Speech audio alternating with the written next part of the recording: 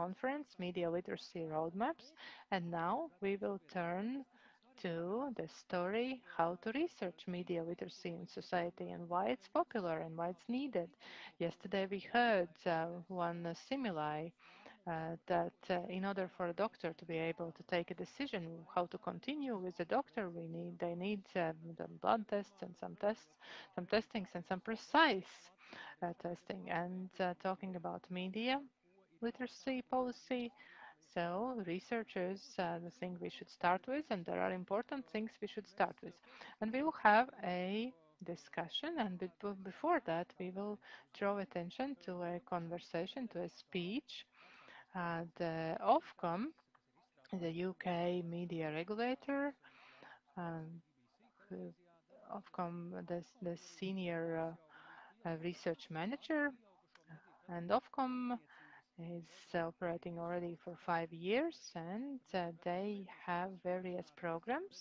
And about research on media, we have asked to give a presentation by Wendy I Bryan. do hear you. Thank you very much.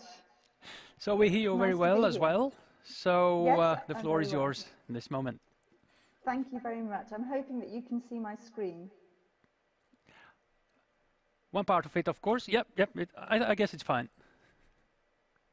Okay, I'm assuming that you can see that. So, hello, and thank you for that introduction. My name is Wendy Bryan, and I'm a Senior Research Manager at Ofcom. I'm also the Project Director for the Adults Media Literacy Programme of Research at Ofcom. So today, I'm going to talk through Ofcom's approach to media literacy and how we conduct research in this area.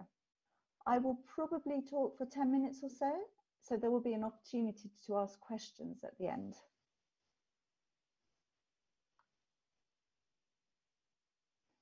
I'm just trying to move my, there you go. So what is media literacy? Ofcom has a statutory duty to promote media literacy under Section 11 of the Communications Act 2003. As such, we define media literacy as the ability to use, understand, and create media and communications in a variety of contexts. Critical understanding is a key component of this, which relates to how people engage as users of online services, which also includes their safety online. At Ofcom, we believe that as more and more of what we do is online, media literacy is relevant to more and more aspects of our everyday lives. So Ofcom's Making Sense of Media programme of work was set up in 2019 to help improve the online skills, knowledge and understanding of UK adults and children through providing world-class research and collaboration with and coordination of relevant stakeholders in their activities, and to ensure that people have both the skills and the opportunity to positively affect their experience through media and comms, which requires both educational initiatives and service design. We do this through collaboration with relevant stakeholders and through a panel which brings together representatives from across the industry, the third sector and academia. And they debate and inform the development of Ofcom's media literacy research and policy. We also have our Making Sense of Media network, which currently stands at around 300 members, and these people come from a range of organisations in the UK and internationally. And the aim of this network is to increase collaboration, information sharing and debate to improve media literacy in the UK. What we found at Ofcom is that although demographics and education can be important factors in influencing media literacy, other factors will also include design, the process and the interface. So although we have conducted research in all these areas at Ofcom, my focus really is today on media literacy and the individual, rather than service design and delivery. So turning now to Ofcom's media literacy programme of research. So we do both qualitative and quantitative research, and we've also conducted passive social media monitoring studies in this area. So Ofcom launched its media literacy programme in 2005, so 16 years ago. We started with the Adults Media Literacy Tracker, which was an annual quantitative tracking survey. Historically, we've conducted interviews among 3,000 people in home with our respondents, and we use CAPI, which is a computer-aided personal interview methodology. We had to adapt our methodologies in 2020 because of the pandemic, but I can come on to that later. We also conduct research amongst children. So the Children's Media Literacy Tracker, again, is a quantitative tracking survey, and that's been running since 2009. Interviews are conducted in home with parents and children aged 5 to 15, along with interviews of parents with children aged 3 to 4. And then to complement the quantitative work that we do, we also conduct annual qualitative studies among both adults and children. So firstly, the Children's Media Life Study, which is our qualitative study, was set up 7 years ago. And as far as possible, the research has followed the same 18 or so children aged 8 to 18 over consecutive years, interviewing them on camera each year about their media habits and attitudes. And so the study provides evidence about the motivations and the context of children's media use, and how media use and how media is a part of their everyday lives and also their domestic circumstances. It also provides rich detail on how media habits and attitudes change over time, particularly in relation to children's emotional and cognitive development. And then the qualitative study for adults is our Adults Media Life Study. This was set up in 2005, again to provide a small-scale, rich and detailed qualitative complement to our quant survey. The project follows the same 19 individuals as much as we can over time and interviews them on camera each year. This qualitative research is completely unique. The ethnographic, longitudinal nature of this research provides us with an incredibly rich insight into how media habits and attitudes change over time as technology evolves, and in particular, linked to life stage. So we've got some incredible evidence from participants of their views and their habits changing. For instance, Mick, who has been on our panel since 2005, he said in 2005 that he couldn't understand why anyone would want to access the internet on a phone. He felt the screen was far too small and claimed that he would never use it. When we spoke to him again in 2009, he'd bought an iPhone and thought it was brilliant. And now he says he just wouldn't be able to live without his phone. So Ofcom has a media literacy research programme which is long running, qualitatively informed and flexible. The scope of our media literacy studies have changed organically over time as technology, services and behaviour have changed. The big change over the years being the increasing shift of time being spent on online devices and services. So, go back. So this slide highlights the question areas of both the children's and adult studies.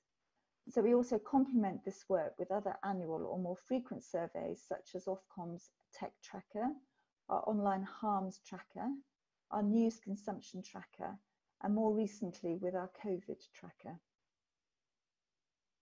So now I'm just going to talk you through a couple of examples that came out of our most recent research published earlier this year. So this chart looks at the critical thinking skills needed to assess and evaluate information found online. So you can see that from this that whilst just 3%, just going to get my laser pointer, while just 3% believe that all the information they found online is truthful, 30% thought that most of it is, and then 24% didn't consider the potential trustworthiness of online information at all. Another area that we ask about is about being able to recognise advertising online. 84% of adult internet users claim to be confident that they could recognise advertising online. But when shown a sample image of a Google search for walking boots, 62% only could actually identify paid for search results i.e. the first 4 results that appeared on an example image of a search listing with the word ad. And these people understood that this was the only reason these results appeared at the top of the list. Among the reasons given by those responding incorrectly, 21% of search engines thought the results appeared at the top of the list because they were the best results or the most relevant results, and 18% thought it was because they were the most popular results. This actually suggests that almost 2 in 5 search engine users lack the ability to recognize a commercial message online. So between 2005 and 2019, our media literacy tracker fieldwork for both adults and children and our children parent surveys was conducted once a year via face-to-face CAPI questionnaire. And as a face-to-face survey, crucially, it has been able to measure the incidence of individuals who are not online or who have limited access. So during 2020, we couldn't conduct fieldwork face-to-face because of the pandemic. So instead, the survey was split between a post-to-web, a post-to-paper methodology, and an online panel. And as already mentioned, since we started tracking media behaviour and attitudes in 2005, the media landscape has changed dramatically, driven in particular by digital access and technology. At the same time, media literacy as a concept now encompasses a much broader range of everyday activities than ever before. So for a while now, we've been thinking that as the landscape evolves, so should our research and insight tools. So we are changing them to a new suite of research. So firstly, we'll be continuing with the core elements of our existing research approach, retaining a face-to-face survey, which is nationally representative and captures those not online, so to provide a measure of digital exclusion and limited access among the UK population. We'll also be conducting a biannual online usage and behaviours survey. Again, this will run online, and this has really been driven by the fact that we're in such a fast-moving environment. We perhaps need to do more than once yearly check-ins. And then finally, in order to enhance our understanding of media literacy capabilities of the UK population, we've also developed a dedicated online critical understanding survey. Again, one each for adults and one for parents. This will replicate a wider range of online scenarios, including, for example, how users assess information they see on social media, how they respond to prompts to enter their information when registering for a site, and to see how they respond to fake information, for example. So data for all our new studies will be available in spring next year. So just to conclude, and I've just pulled together a few bullets for you. This is a big topic and I feel as if I've just skimmed the surface really. So media literacy is not an area that should be considered on its own. It should be seen in the round. So use networks, academia, stakeholders, charities, anyone who would have an interest in this field. Use different research methodologies if you can, as they provide different outcomes. Both qualitative and quantitative methodologies have their own individual merits, but together they work as very powerful tools. And also be prepared to revise your thinking on a regular basis. As I mentioned at the beginning, media literacy is evolving all the time, and what was sufficient a year, 2 years ago, may not be the right vehicle in a year's time. And finally, just to say that all of our research is published and can be found at the link on this slide. Thank you very much for your time and for listening. And I think we've got a few minutes now for questions. Thank you. Thank you. Thank you, Wendy. Yes, that's true. We have a question just coming in now. Yep. How to cover the broad field of media literacy? How do you decide where to target the research, what to research, which audiences? What are the key things to know before you do the real research? I think it's probably just to do some sort of pilot, so that probably a quantitative pilot first of all, so that you can just see what this area looks like, and then before you go into more deeper analysis of that area. So at Ofcom in 2004, We did a couple of initial studies in this area. I wasn't there then, but I can find information about those if anybody would like to look at those. And we did a quant study then, and I think we also did some qualitative work in that area, just to see how the landscape was lying at that particular point. And then from there, we had a good indication of the sort of areas that we should be investigating more in our programme of research. So it's almost, you do the initial work first before you go into the actual body of the research. And now, because it has been set up for such a long period of time, we, as I said, we constantly have to reassess it, and we've reassessed our methodologies this year. And you also have to constantly review the questionnaires, review the discussion guides for the qualitative work that you do, because it is constantly evolving. I hope that answers the question, but I'm very happy for people to ask questions to me directly after this presentation.